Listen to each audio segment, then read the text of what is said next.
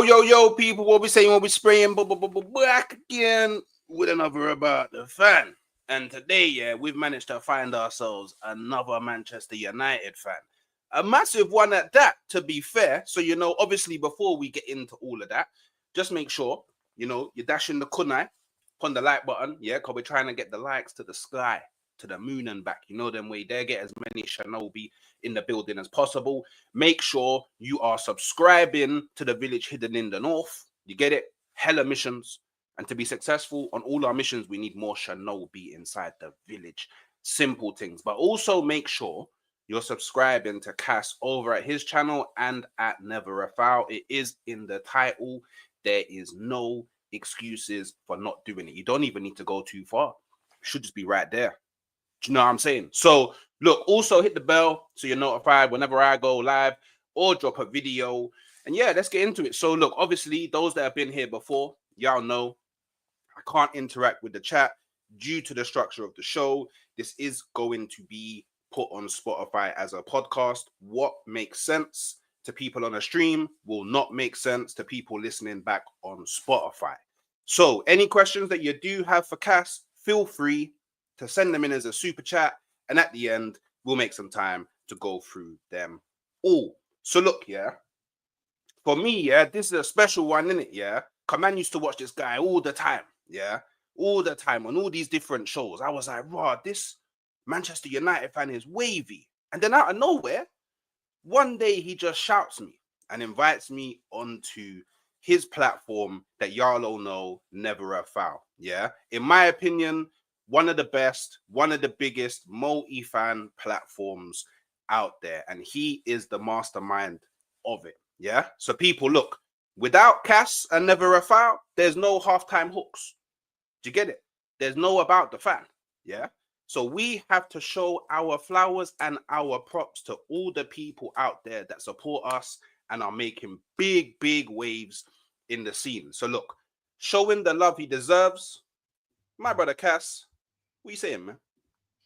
I'm using Grok right now to get myself a kudos in the Liverpool shirt, innit?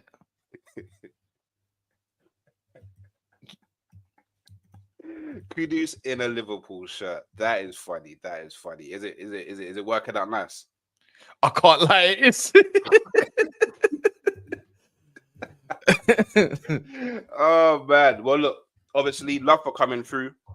I appreciate it. But yeah, look, we like to get this out of the way real early because it is going on Spotify and people don't always listen all the way to the end. So let's get it out now. Where can the people find you? No, Never a Foul. My channel's on pause at the moment until I find the energy for that. So Never a Foul is the priority. So for me, yeah, I thought about my channel, but until I get myself in order, as in where I'm a happy person, but until I get myself in order properly, then I'll run back up the Cass account. But whilst United's all, one way's negative and one way's positive, I don't like that. You already know this anyway. So, and I already started it off the back of United, obviously, with all the garbage. So, yeah, man, it can wait till the summer, man. In my eyes, it can wait till the summer because I don't like starting stuff mid-season. It just don't feel right. I need it to be clean slate in it. So we'll see. I mean, truth be told, you're kind of a bit on the positive now, though. Just off the back of the winning the Manchester derby, like it's looking like Amarim's finally putting it together. So, I don't know how much you will to and fro between negative and positive, but hey, man, you're on the up. You're on the up, man.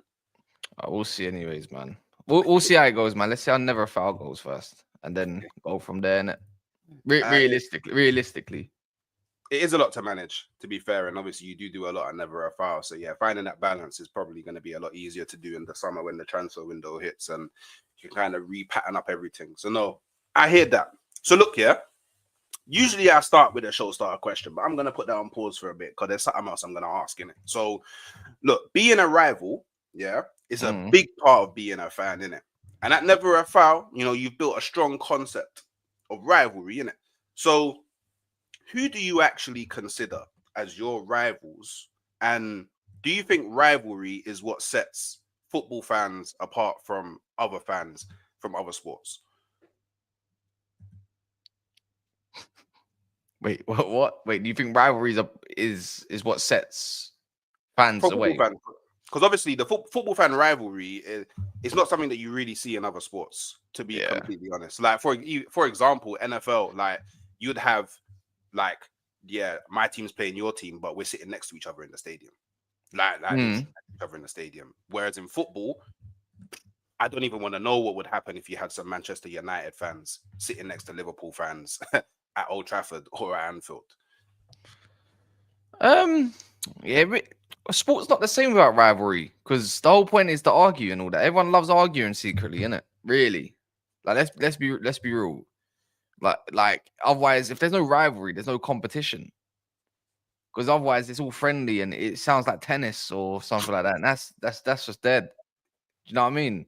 Or you could be all nice and friendly, like the way rugby is. You know, as they say, you know, that's the way sports should be. Referees should be like that. But you think I want to be like after a game? I'm not being funny. Like everyone on the train having a little bit of banter and all that kind of stuff when your team's got pummeled by your locals. Are you insane?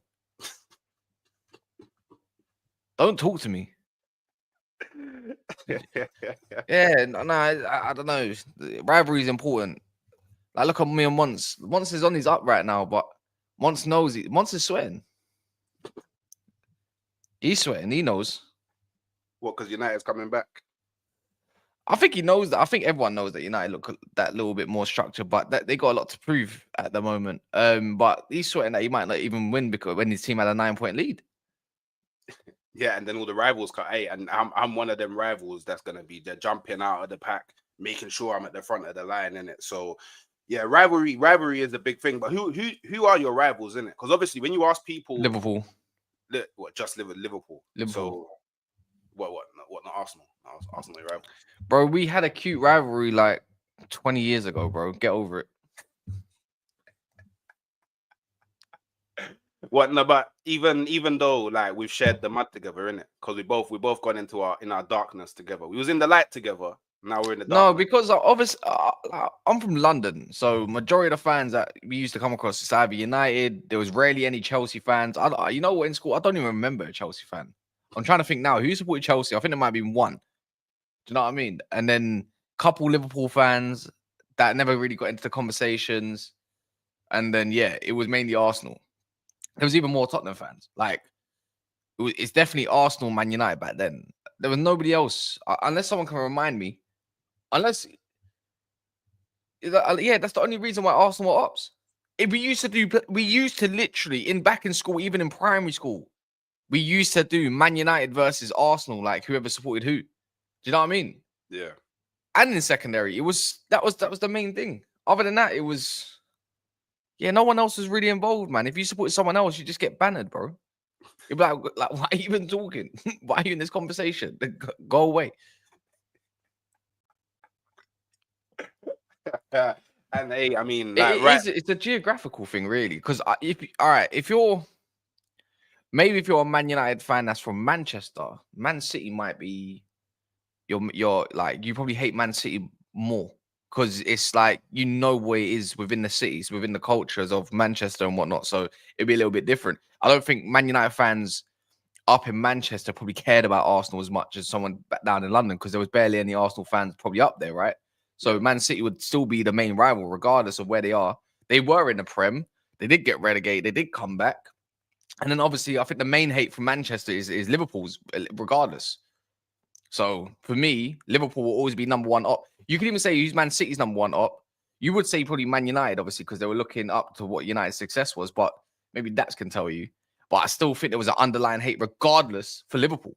Even though like they were not even in the same city or in the same league at times. You know, I think that's the case. It's all down to like location, really.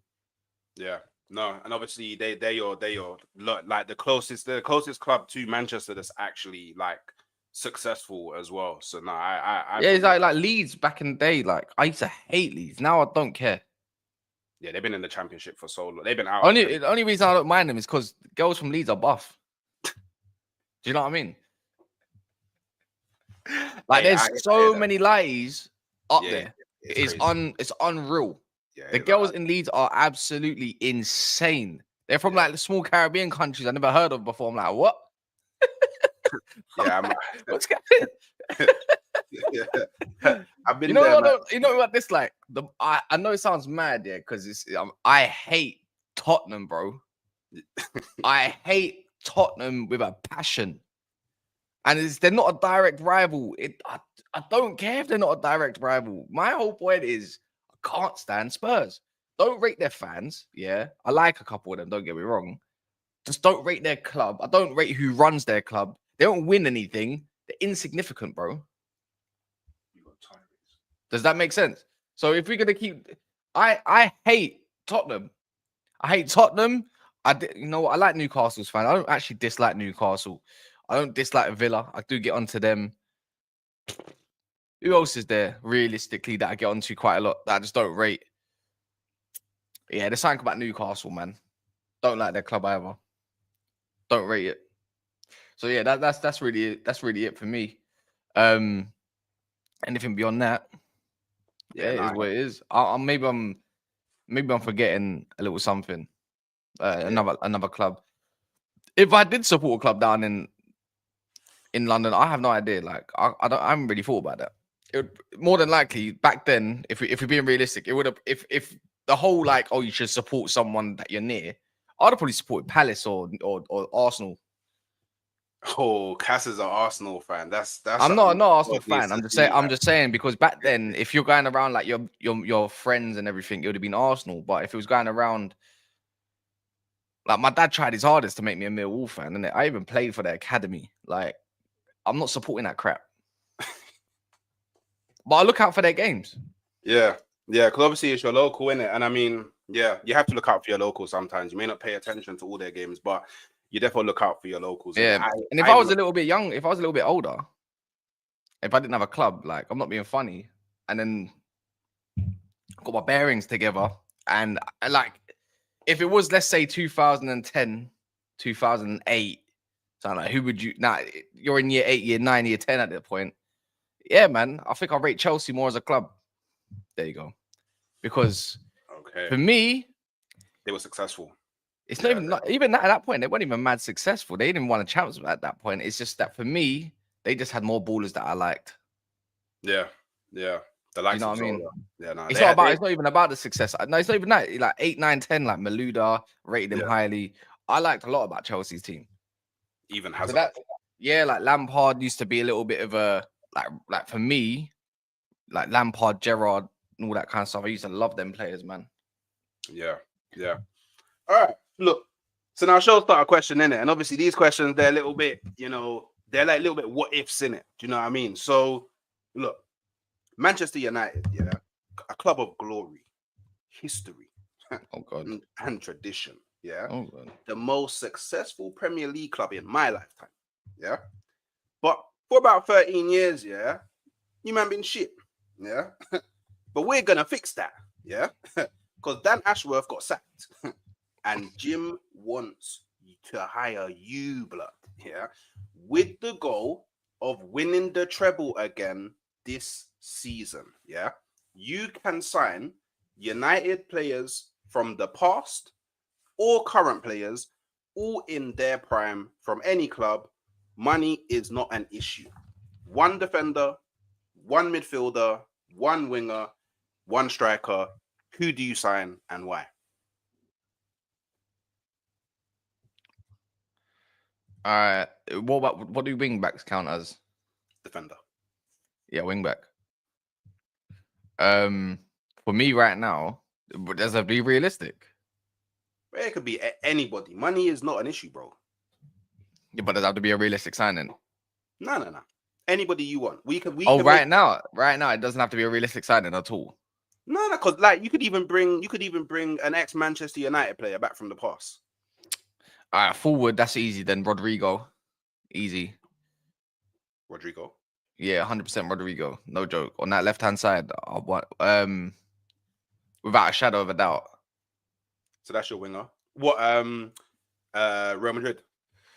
Yeah, 100%. Midfielder, for me, see, this is the difficult part. It's like, where do I want, what do I want to view as if I could sign any midfielder in the world?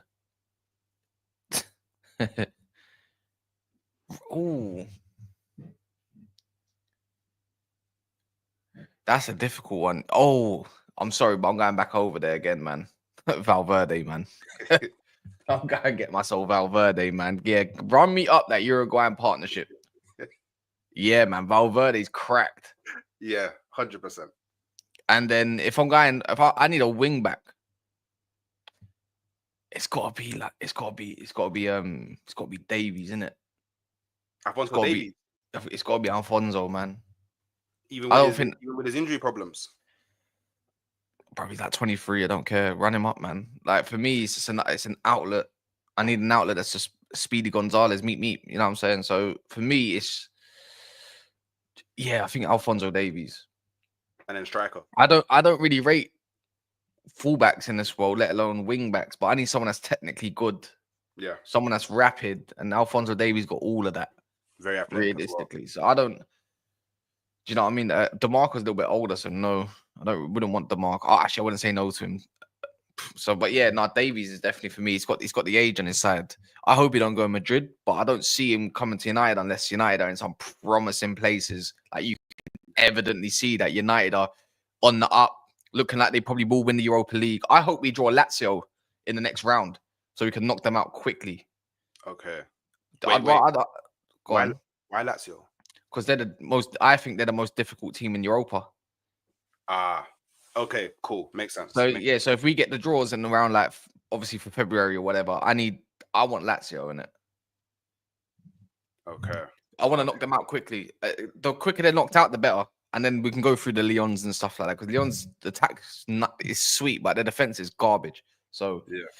There we go. I forgot about Kvaratskhelia, but now Rodrigo is more cracked for me, man. I love Rodrigo. For him or Kvaratskhelia would be an absolute dream. But Rodrigo's done it in the champs so much. Like for me, he's just under. I need a player like that. I need a player like that. I think Kvaratskhelia is good, but there's something about Rodrigo that gets me up, like off your seat a little bit more than the rest of the wingers. And I think he can do that. I think he can do the 10 role. He's like a 10 winger for me, man. Like Kvaratskhelia. So either or. Yeah, either or would be fine. And then a striker. What you say? Striker, Gyökeres. Don't block now, man. So Alfonso Davies, Valverde, Rodrigo, and Gyökeres, and you're confident. You're going on to win the treble this season. Oh, this season? Yeah, it's for this season. Oh hell no. Oh hell no! What do you think that team could win, considering who you already have? Yeah, I don't even think that team wins the league, bro. I don't like. Do you know what I mean? This is how far down United are. You need a squad. Like if United were playing one a week, cool. Yeah, I believe in it. Run it. But for me, it's like, you know what? Then again, a lot of the other teams are quite poor right now, so I don't know. It could get you in the league. I'm not gonna lie, but you need a squad, man. And I don't like 90% of this Man United squad. They're arse. I said it. They are arse and cheeks with their doo-doo in the cracks. Do you know what I mean? So for me, there's a long way to go, man. A long way to go. Okay, I find it interesting you didn't draw for any of your players from the past. Bring them back to their prime. I did not know you said I'm allowed to bring back players from the past. I thought you meant now. No, I said it bare times, bro. What? You was allowed to bring back any of your players from that. That's why any. Bro, when you said Valverde, I was like, raw, you really don't want Paul Scholes. I was like, okay. Say no. That guy would have been back in a heartbeat. What are you on about? No, but you know what? I wouldn't even brought back Paul Scholes. I would have brought back Carrick. Oh, Carrick. In this, like, for me, Paul Scholes in this, probably Carrick, man. You know what? You know what? I've already got a DM slightly. I need someone that goes forward. Yeah, man, Scholes. You ain't getting the ball off Scholes. Yeah, we ain't got that profile. Hey, you know where I'll put Scholes? I'll put Scholes in the 10. Younger Scholes. Yeah, man. Yeah, run it right now. Run it right now. Kobe Minu, whole bench. Kobe Riley hold bench. Oh wow! I thought Oh, best player in the world. See, not yet, not yet, not yet. But I'm just thinking about my team right now. Does he fit in? Actually, no, he still gets in if it starts. Yeah. because you could have Yeah. even had a Ronaldo. You could have had a Rooney. Oh yeah, yeah, yeah. Right now. Oh wait, what Rooney are you talking about? Both Any version? Yeah, I'm Rooney, bringing back. I'm bringing up Rooney and Scholes then. Rooney and Scholes. Okay, so Yeah, Rooney and I could Scholes. put Rooney in the 9. I could put Rooney in the left, like young. You know the front three where it used to be Rooney, Ronaldo, Scholes. Yeah, I mean Tevez run it. Cracked in the left 10. Are you insane? Hey, you lot can say Ronaldo. Allow it. I don't. I mean, I wish, but he said 3. I'd bring all 3 back. He said a midfielder. I thought, oh no, defender. Technically, Rooney was like a defender, so I'll use Rooney as a defender then, bun it. Wait, what? What do you mean you're using Rooney Imagine, as a imagine a defender? young Patrice Evra at left wing back. Yo, Yeah. yo. What? So you're Yeah, changing, you're man. changing, you're changing, you're changing your Oh players. yes. Oh, forget all of them. I just said Okay, cool. So wing, who's the defender? defender, Yeah, Evra, wing back. midfielder. Oh, you say wing back? Ooh. No, defender. It's defender. You chose wing Oh, back. wing, the Any wing back. defender. Oh, Marcelo, Marcelo. So okay, Marcelo, midfielder, Scholes, winger, Rooney, striker. Ronaldo. Okay, and then I'll ask you the question again. Do them man make you win the treble? Yes, easy. Oh, light work, light work. Players are Ah, crap today. Players are crap today. You telling me you got Marcelo whipping the ball into Ronaldo again, and you got Rooney in behind doing a dog? Yeah, man. And Scholes is just pinging it. No one's getting the ball off us. You can still have a Garte in the team. You can still have, and Mazraoui in that. Yeah, easy, light work. light Light work. work. They are killing every team today, right now. Oh man. Okay, cool. I mean, semi agree with you, but you're in a peak position right now, and I think it could go into it. Definitely beats Tottenham midweek. 100% beats Tottenham midweek. But outside of that, I don't know, man. You may be a bit too far behind. But look, tell me about your journey as a Manchester United fan. Innit? How did it start? Why did you choose Manchester United? And has there ever been like a moment in your journey as being a Manchester United fan where you've maybe questioned your decision? No. Never. No. I mean, I started because of my brothers, to be fair. You know, I came through the TV era. You know, the one with the when it was built like it's got a mad back. I was built off that, like really that era. So, and obviously back then, not gonna lie, it is glory hunting in that sense. But it's like they were the team on TV, them and Arsenal, and then obviously the odd other games and stuff like that. Like where I lived, it was more difficult to probably get to games, even local ones. Don't get me wrong. Like for who my dad supported and whatnot, it wasn't that far, but it was a bit. My dad wasn't a match goer. He's not one of them like hooligans or nothing like that. So he'd do like one a season and that's it, one and done. And then obviously my brothers were just always with Manchester United. So even when I was like two, like my brother's got Man United shirts and stuff like that. So instantaneously, you go and support Man United. And then that's that. And then my first game my dad brought me to was actually Millwall versus Man United. And when we scored all 3 goals, Ronaldo, all that, if I remember correctly, I celebrated in his face. All 3. Wembley.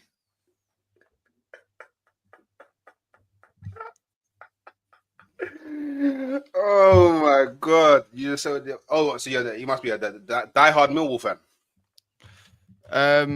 Yeah, you could say that. And It was actually no, it wasn't Wembley. No, it wasn't. Actually, no, because I remember it was Cardiff. Because we had to go to because I still got the ticket. It was in Cardiff because I think Wembley was getting built at the time.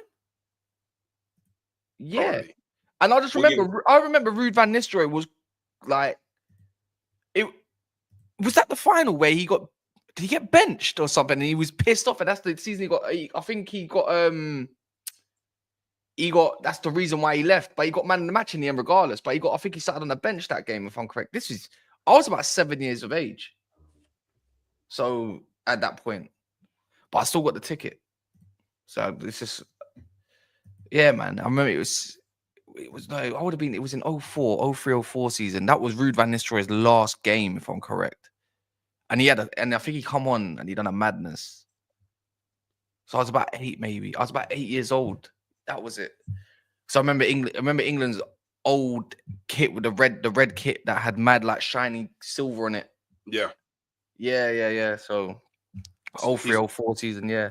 That was yeah, Ruud van Nistelrooy's. I'm pretty sure that was Ruud van Nistelrooy's last game. invincible season as well. Nice to, I mean, nice to know your first game was in the invincible season, man. See, look, you can't run away from the Arsenal, bro. You can't run away from the Arsenal. All right, so because look, obviously Manchester United have been through, like, I don't know, to me, two very, at least since you've been a fan, two very distinct periods, and those periods are, to my dismay, like filled with like success after success after success after success, and then there's another period where you've been trying to search for, in my opinion, you've been trying to search for your next Sir Alex Ferguson, innit? Like you've just been forever chasing his shadow, and during that time, No you one's is. Yeah, no one can be him, man. no. Well, some people would argue, and not me, because I've said this before. This is a battle between you and the Man City fans. Some people would say Pep. Yeah, but yeah, whatever. Whatever, man. So obviously you said there's never been a moment that you've questioned. So I'll ask it in a different way. Which manager did you hate Manchester United under the most? Hated. Or least enjoyed, because hate is a very, very strong word. Boy. Probably Moyes, man. That's the first reality check of like post Ferg, innit? Like I could say Ten Hag, but that's just recency bias.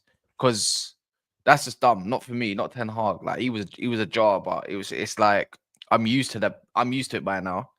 Louis van Gaal was quite boring, to be fair, but I never hated him. Mourinho's Mourinho.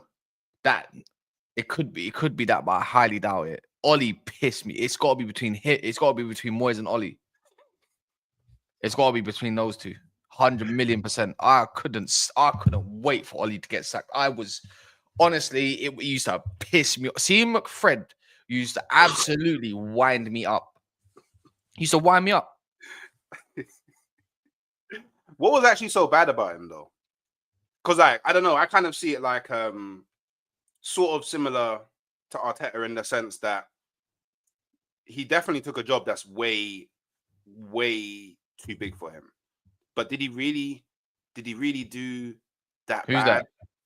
Solskjaer. Did he really do that bad with the support that he had? I think it's a difficult one with Solskjaer because see, he wasn't for me. He was actually building a decent squad, like for what he wanted, and he could see sometimes like what was needed. But like you got Ahmad and that because you couldn't get Sancho that year. So thanks for Ahmad. But at the same time, you chose to play Dan James over a young Ahmad, and they were like, and Dan James was a youngster there then as well, and he was garbage. Well, he's meant to be the next Giggs, no? Isn't that that's what they touted him? I don't know. I don't even remember that comparison, to be fair. But no, Dan James that was it for me. It was crap. And then you wanted, like, he didn't want Ronaldo. And I think that ruined everything. Now I think bringing back Ronaldo ruined everything. He was like, he's a legend, but he was washed by then, man. But the only positive about Ronaldo is that he exposed the Glazers. So it's all a butterfly effect or ripple effect. I don't know what the correct flipping effect it is, but it's one of those effects. You know what I mean? So for me, it's just again, like, yeah, that's right. Ollie had no personality. His press conferences were dire. There was not. It just looked like a man that was out of his depth at that point. But for me, Moyes, oh my word, we aspire to be like Man City. One of these first press conferences. Mate. Oh my word. That set my head on fire. I remember me and my brother just standing there like at the TV at that point because he just got a point and be like, what is he doing? Did he And actually say that? yeah, We aspire to be like Man City. Wow, yeah, that's yeah, yeah, yeah. And I think he might have talked about transfers, but I'm like, what's going on? And that's and you like you beat Swansea, what 4-0, 4-1 first game. I remember Van Persie scored. This guy was a klutz, bro. yeah, that's. I know who he wanted though. Like it was really and truly like it don't matter who got involved or who took charge of United. United was pretty much a sinking ship all from there. Like we was meant to get Bale and Tony Kroos in that first summer. Can you imagine if Tony Kroos and Bale came? Do you know what I mean? Like and whatnot. And who else did he want? He wanted somebody else. I can't remember. And there was one more character. I can't remember who was it. Thiago as well. So it was meant to get all three because Thiago was the young baller back then. And I Yeah. remember David De Gea had he had his tournament, and then De Gea came. Thiago was meant to come, didn't come, delayed it, and then we didn't get him in the end, and we never got Kroos either. And imagine you had two playmakers. You got two young, two of the biggest playmakers in football at that point because Kroos could sit deeper and Thiago can go forward. You're laughing really, and then obviously you still had like legs in that midfield at that point. But back then that was sufficient enough because it was going into the 4-2-3-1 era. Do you know what I mean? Like we would have won another title if we got all of those probably under Moyes just because of quality alone. But one thing that never really got addressed was like, okay, but you still got the old guard, you still got Evra, and Bootner was crap. That little flipping mohawk spiky top he used to have, used to wind me up. He was garbage. I hated that shirt as well, man. It was like a tablecloth, man, that you see at Christmas or something. The red and white Low it. And then obviously Vidic is old. Like you didn't really give Evans a chance. That used to wind me up as well. Because I liked Evans back then. I thought he was sick. But anytime he used to play with there was one play, was it Ferdinand or there was one of the old guard he just couldn't play with. It just didn't look good. You know, Ferdinand's on his way out, but Ferdinand should never have left as quick as he did. That wound me up. Vidic should have never have left as quick as he did. That wound me up too. You could use both of them for the experience for the next part, but we didn't have another centre back cover at that point. Like who was it? Was it Paddy? No, wasn't it? Was it no? Paddy McNair came afterwards. They tried to tip Januzaj to be the next best thing. That again used to wind me up because I never believed in Januzaj at all. I never did. He was highly rated. He was techie, but he should never have got the amount of games that he did at that age. Probably not. Maybe it was too. And then obviously from there we still had. I think we still had Kagawa, Rooney, and that. It wasn't a good team, bro. Like you left me with Cleverly. I couldn't wait for him to leave. Do you think Moyes deserved more time? No. So you don't think that like if Moyes was given maybe 2 seasons, he couldn't have changed it? No, because if you see Moyes' career spanning from that, it didn't like elevate to anything, did it? Until you got back to West Ham, his career was garbage. He should never have been in charge of Man United. But the thing is, I wasn't highlighted how crap the Glazers were because we were all, under that like that screen, you all behind that screen of winning all the time. So that whole like obviously the Manx would know a lot more, but I was probably a bit too young to kind of understand like ownership and stuff. And then that's when you started knowing what the Glazers were really about. And Ed Woodward, like knowing about the director of footballs and this, that, and the other, and they just like United fans don't want to hear about it, but it's Ferguson's fault. Yeah, why the Glazers came. Oh, why the Glazers? Why? Yeah, because he made the deal with it. Like he kind of Ferguson basically made the deal. Okay, I didn't even know that. He basically made the deal. Like it was his fault. Like unfortunately, like United, do your research. That's crazy. They shouldn't, and the way they acquired the club was insane. And what, a year later? Was it a year later or 2 years later? Like they made a law that you can't acquire a club like how they did with like the loans and all that kind of stuff, which put us more in debt. So really and truly, the government, the pride, like the jewel of England at that point, because we were, they should abolished the whole. They should abolish their ownership there and then. Really, they should be like, cool, this is new rules. You have to abide by it. Then you know, pay up. Basically, they didn't even have the money back then. They should never have acquired the club the way they did. It should have got, with the ownership testing rule, that should have got absolutely abolished. Because they incurred a lot of debt on Manchester United, innit? Like you guys are still fighting through that debt now, innit? Like Punching it's thin air, bro. it. Yeah, it's a lot of this. I don't. I till this day,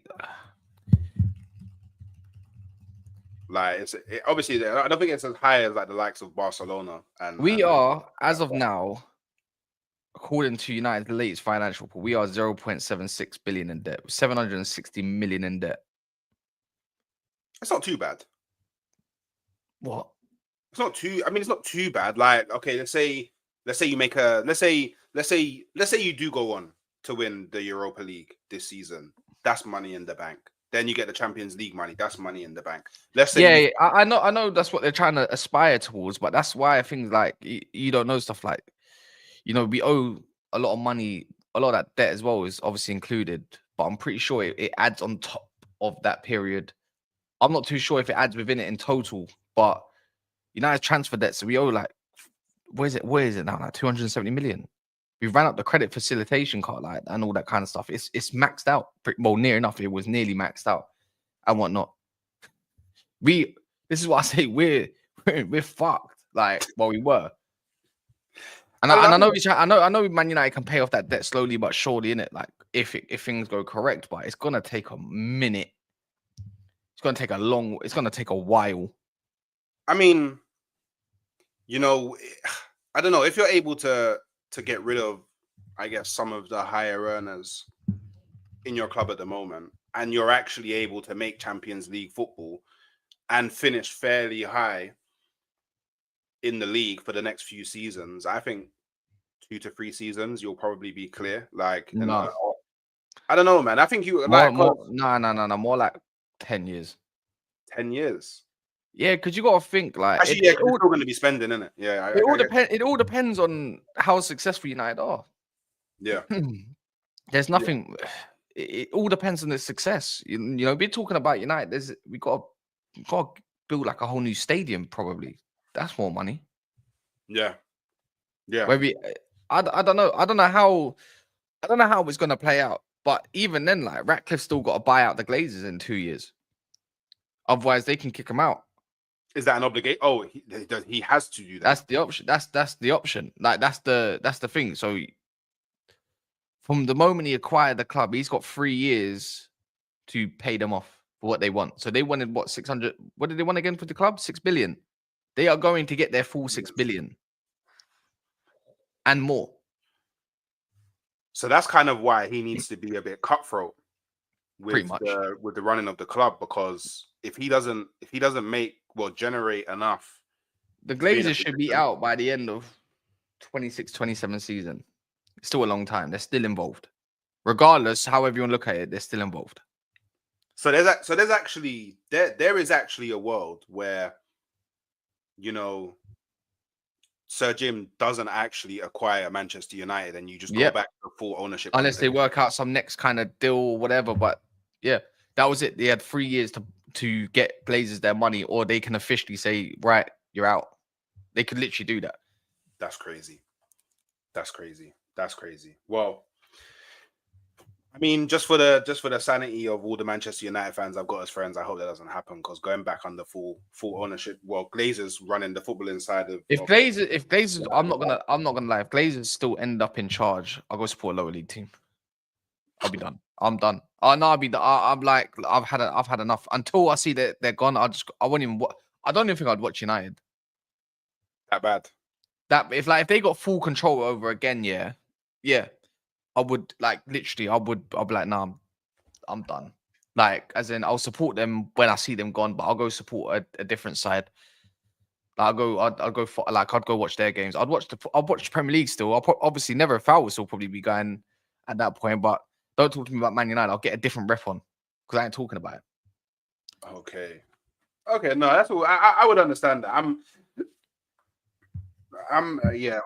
kind of in a similar boat with Kroenkes at the moment, but hopefully that can all change. But cool. So at least your squad's competing. Like at least you're doing something. Like you're still an established side or whatever.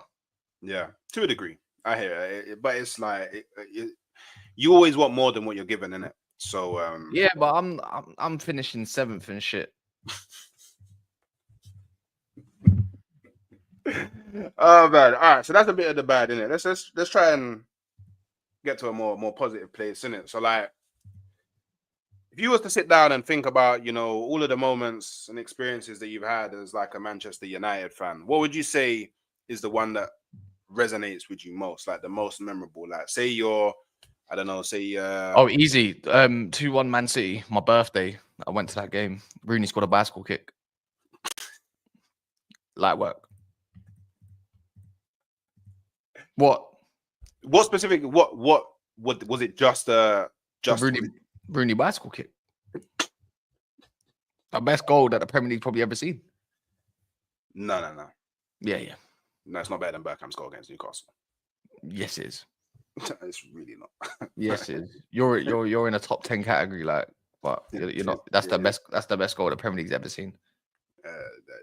I mean, I'm not gonna sit here and argue with a Manchester United fan about the Rooney goal, but why was that? Why does that moment resonate with you so much? Because it was on my birthday. Okay. How old is that? How old is that? Like 15 or 16? Okay. Wait. Did that win you the league? Did that season did we win the league? The AON. Let me think. Did we win the league? Was it? Let me check 1 sec. Like, was there anything behind, like, significant about that, or was it just No, it was just. Was you at the stadium as well? Yeah, it was back in like 11. Is that the 11? It's the 11 season. I'm pretty sure was that the Ashley Young season? I keep getting confused. I think we did win the league that year. Or was it City's first? I think that might have been City's first trophy. So so what I'm trying to get at, the only significance behind it is that you beat your rivals on your birthday while being at the stadium. Yeah, it was my first Manc derby. Yeah. This is mad. First Manc derby as well. Okay. Yeah. Okay. It was a brilliant goal. I won't lie. It was a brilliant goal, and I can only imagine the feeling that you have going to your first Manc derby and seeing a goal of that level. Wayne Rooney was. It was a 10-11 season. So we would have won that. We would have won that year, innit? Of course we did, because they won the 11-12 and then we won back the 12-13, yeah. Okay. We had the little collar with the AON. I remember I bought that shirt. And it was oversized. No, that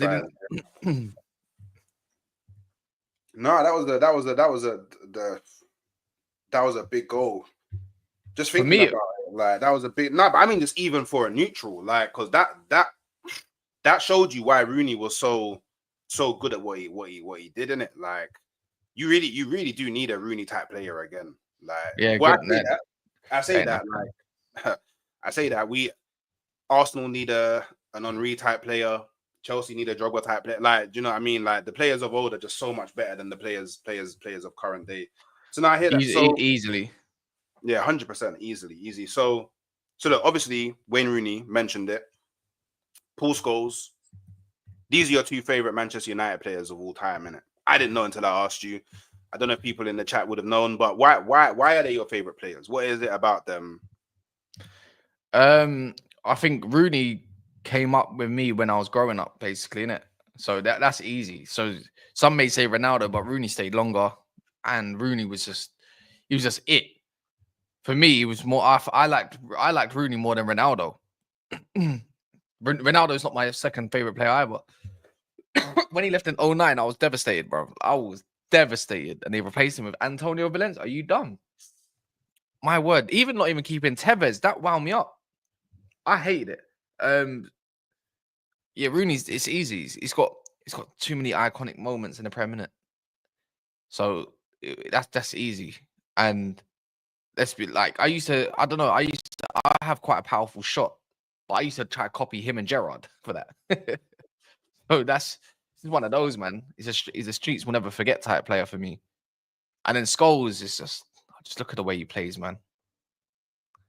Yeah. So the best centre mid the Prem's ever seen, man. Ever. Don't. You can't name me one. I don't care what any of you man say. Yeah, I agree. I agree. Like, No, it's just I don't know. Like, you know what it is with me? I watch like players like Modric and Pirlo and these midfielders that are so elegant. Yeah, man said Lampard, get out, bruv. Please crawl back into your daddy's ball sack, man. But Scholes, man, I could like this. Some players that you could just watch all day, man. Yeah, All day. Unless it came to tackling, then Scholes is like the worst player ever. But yeah. all Defensive that, yeah, defensive on the stuff's ball. not his game. I mean, to be fair, he got stuck in though. But I always remember when you associate Scholes and tackling, you just associate with a red card. Yeah, and Yeah, and on the ball he was just different. And I don't know, like Scholes for me, something that he's done that I haven't really seen. I can't recall any other player that's done this. Is he actually retired? Came out of retirement. yeah, I And remember, and played against Man City. Yeah, money man, and you won a league. Like that's actually Yeah, a crazy feat. You know, that's yeah, you actually can't. that's actually an insane feat if you think about it. Imagine hanging up your boots because you think that you're done, but then you come out, you put the boots back on, and you're like, okay, we go one more time. And when you decided to go one more time, you actually win the league, and that's yeah. Do you know what? Yeah, I personally always sided with Scholes when it came to like best midfielders in the Premier League. Like, I mean, if you I don't know, man. If you say CM, then I'm like, all right, cool. If you talk about, I don't know, 10, then I don't know, man. Like, I don't Go look at know. Scholes' number. Go look at Scholes' number when he was a 10, a young one. You'd be surprised how many goals he's got. And then people want to tell me about all these other players. No, I'm not trying to hear that, man. I mean, I don't know if he's quite Bergkamp in it. Do you know what I mean? No, I don't know if he's quite Bergkamp in the. I don't know if he's Bergkamp in it. No, Bergkamp's a pussy, man. Whoa. Hold What? on. Would I say that was wrong there? Like, man, scared of flying. Whoa. Not my player, man. Mentality at Arsenal's been shocking since day dot, innit? Whoa. Let's slow down there. There's a lot of men that don't like to fly, innit? Who? A lot of men that don't like to fly, innit? A lot of men don't like to fly. You could walk past their men in your day. They don't like to fly, innit? So, yeah, and guess what? Like, get over it. But what did he do on the pitch? I don't know. In the Premier League, how many titles did he win with you? Whoa. I think 4? 4? 3, 4? Bro. 3? Something like that. But it's like, again, like, you can't chat to me about, like, okay, I'm not the... If Bergkamp decided he liked to fly and wanted to go play your Champions League final, you might have won it. He might have. You might have won it. Go get a boat. Go get a boat over there in preparation, like 3 days before sign. You let your team down. Who wants a Bergkamp in their side? Like, how did he even get to England? So, like, if you're so scared, how would you just drive and went over? You probably done that. You probably went to Dover. Yeah, ferry. Yeah, ferry. Yeah, man. I don't need those sort of mentality players. You're a great player, but allow it. Wait, you wouldn't have taken Bergkamp at United? No. Why? I've got better players than him. I've got Cantona and the rest of them. Wow. Were you going to tell me Bergkamp's better than Cantona? Yep.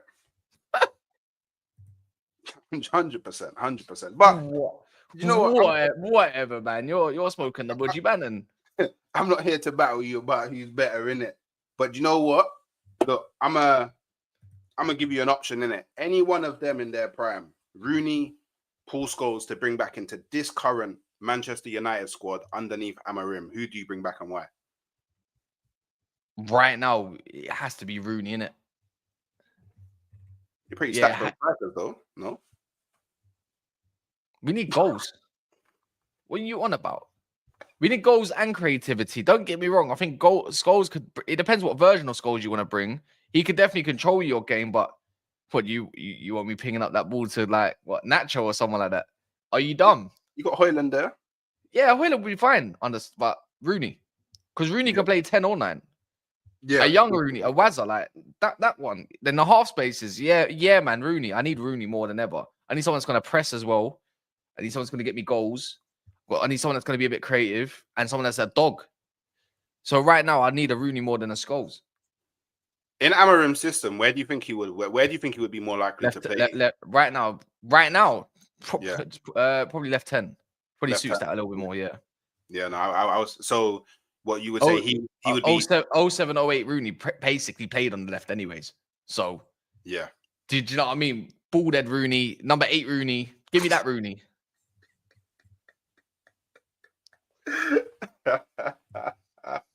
Why are you laughing? That's funny. Now, Skinhead Rooney was cracked. Yeah, but he let himself go, man. Like his ability to manage is himself crazy, man. He's not even that much older than me. But he looks like he's a good 20 years older than me. So boy, he let himself go after football. But hey, I'm not gonna do you know what? Yeah. Now here I want to ask in it. Mm-hmm. Who's better? Wayne Rooney or Harry Kane? Rooney. What are we doing here? What kind of question is that? No, what kind of question is that? No, I just wanted to troll. Horrible question, by the way. Yeah, I just wanted to troll. I was trolling. I had to do it. So look, yeah. So obviously, you know, you're a very well-known content creator in the football space. Nah, you know? not really. Nah. Obviously, obviously, you know, you're doing your thing with Never a Foul. Like I said, you know, one of the best multi-fan platforms out there at the moment. What made you decide to like get into football content creation? Daps. Literally. That's basically forced me. I'm basically like it was basically like forced labor. Yeah. So how did it actually? So was you doing football content creation prior? No, you know what it was. Yeah. I was earning bread at my last job. Like you don't like figures were nuts, yeah. But I used to just flunk it all my money, man. Like I'm going abroad. Like I don't care. People didn't understand I was a robot, basically, man. So I would work like 7 days on 12 hours a day, and then I'd have like 3.5 days off. Before you go on to nights, I'll do 7 nights in a row. Then you have 3 days off and you're recovering. So in those days that I was off, I'm going to Algarve, bro. I am going to Sicily, blood. Like I'm going out. Don't chat to me. I can do this. Like the paycheck was long, but the hours are long. Like and it's graft. Like you know it. When it's time to graft, you feel it, right? But and then I remember Daps just hitting me up around I think March. Yeah, about March. And he was like, yeah, like I want to get like Never a Foul going again. Would you be interested or like getting involved again? I was like, I don't know, man. It's like I do all these hours. It's a bit difficult to think about that because I used to get home sometimes after work. Trust me when I say this, get yard, quickly shower, go eat. By the time I've settled in bed, bro, I've got 2.5, 3 hours to myself. As in like, at the moment I set foot indoors, I'm sleeping. I got to wake up at 5. Do you know what I mean? I finish at 7. I get yard for like 7:30, if that, maybe before that. And then I'm conked out by 9, 9:30, 9. It was just repetitive, innit? And then things that like you start questioning life after you've done this job for a while. And then like I started saving a lot of money up, like 15, 20 racks. And then before you know it, actually maybe more like 25. And then yeah, like Daps again, he's been a little pest. And then it's just like one conversation led to another. And then in May, but I think the start, like I ain't seen Daps in a while, man. But we got along like bears, but we ain't spoken. And this is a good 2.5 years ago now. Longer than that, maybe. It's like I said, I think like we can probably do this YouTube thing and try it out in it.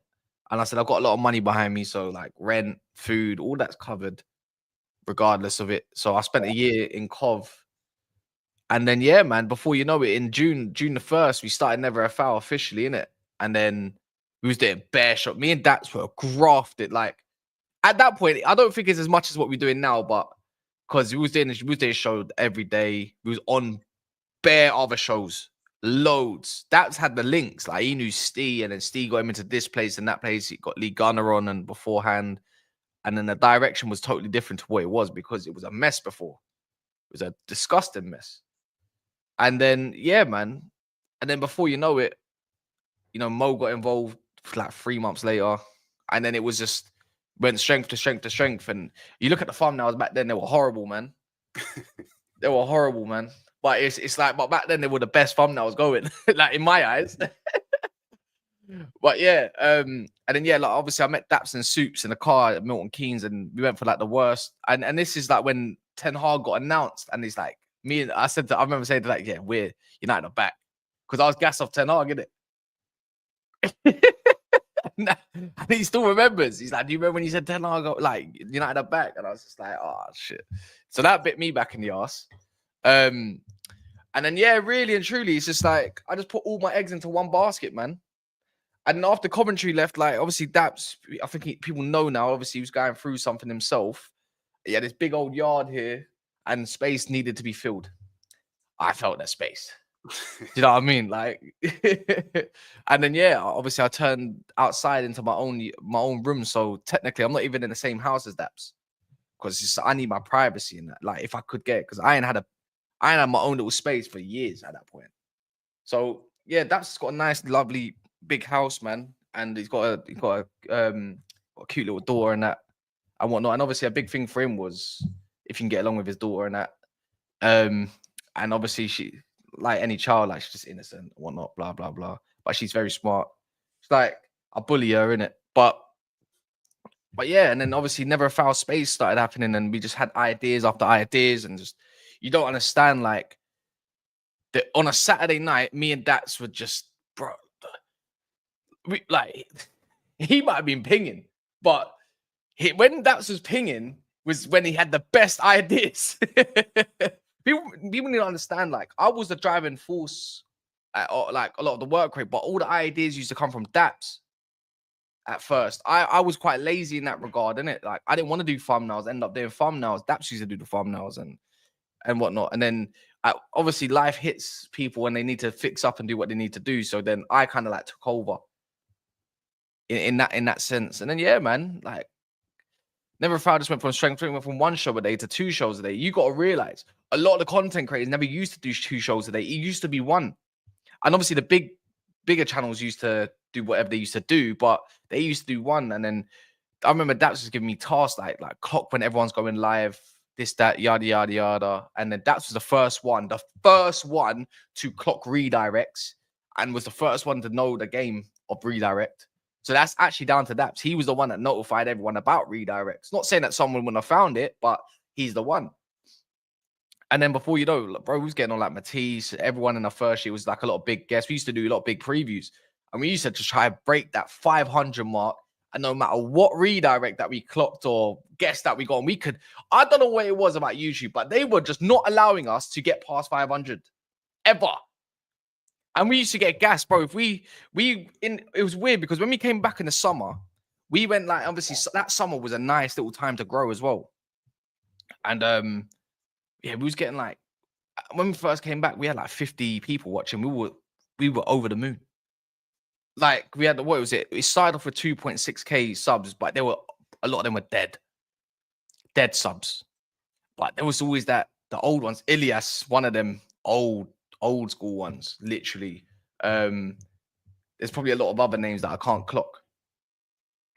And then yeah, man, we used to get gassy in 50. Then we used to see 100. We got gassed off of that.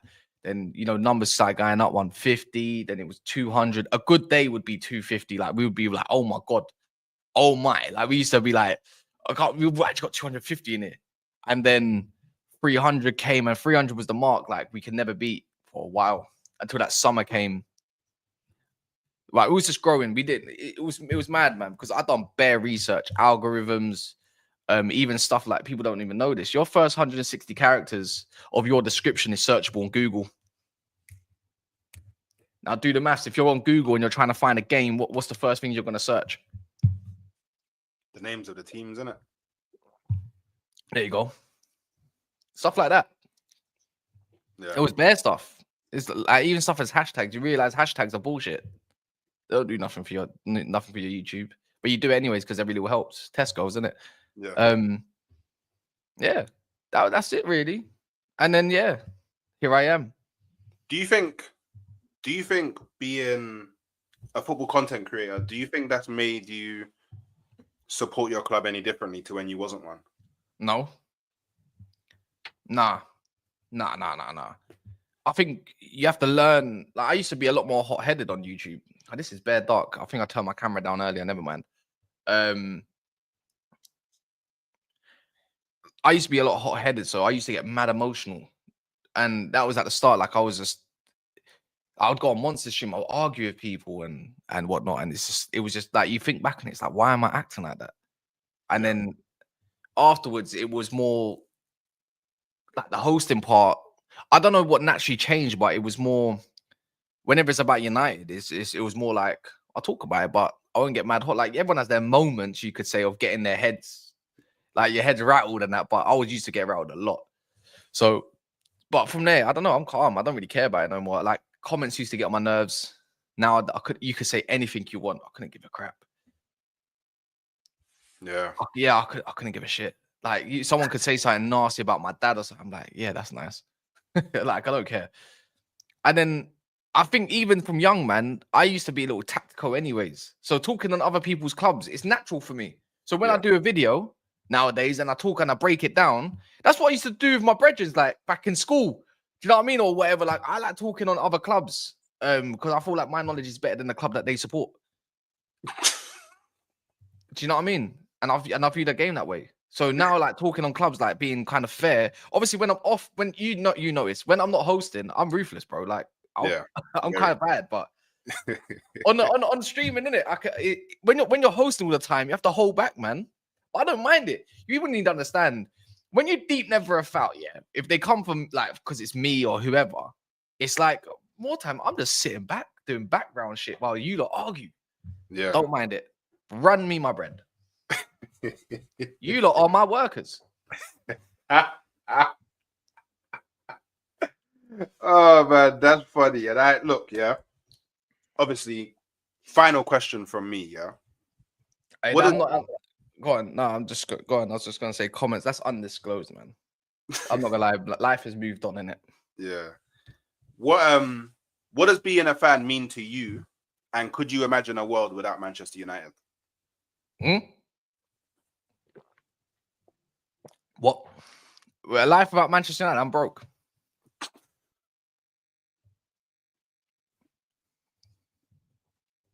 So you couldn't imagine a world with no Manchester United. Manchester United. No. Can you imagine a world without Arsenal? I don't know what life would be like though. Bro, it would be a very damning life for me. I can't lie. You'd probably have a happier life, to be fair. What? Potentially. You'd probably support. Actually, no, you'd probably support Tottenham. Pardon? Yeah, I mean, I'd support Norwich. No, man, you support Tottenham. Naturally, you support Tottenham because they're your club. And there would be if Arsenal never existed. Is that what you're saying? If they never existed, Tottenham would have been there. You would have supported Tottenham. I would have supported Norwich or Chelsea. No, I would have supported Norwich. I'm actually originally my local team originally is actually Norwich, but when I moved to London, so you're a glory hunter. No, but it's like my dad's side of the family. What So I became an Arsenal. So in a night, yeah, you're a glory hunter. What glory hunter? At what 99? Because yeah. Because those few years, Arsene Wenger times, yeah, you're a glory hunter. Wait, I became an Arsenal fan before Arsene Wenger was there. Nah, Norwich, bro. You went from Norwich to Arsenal. You're a glory hunter.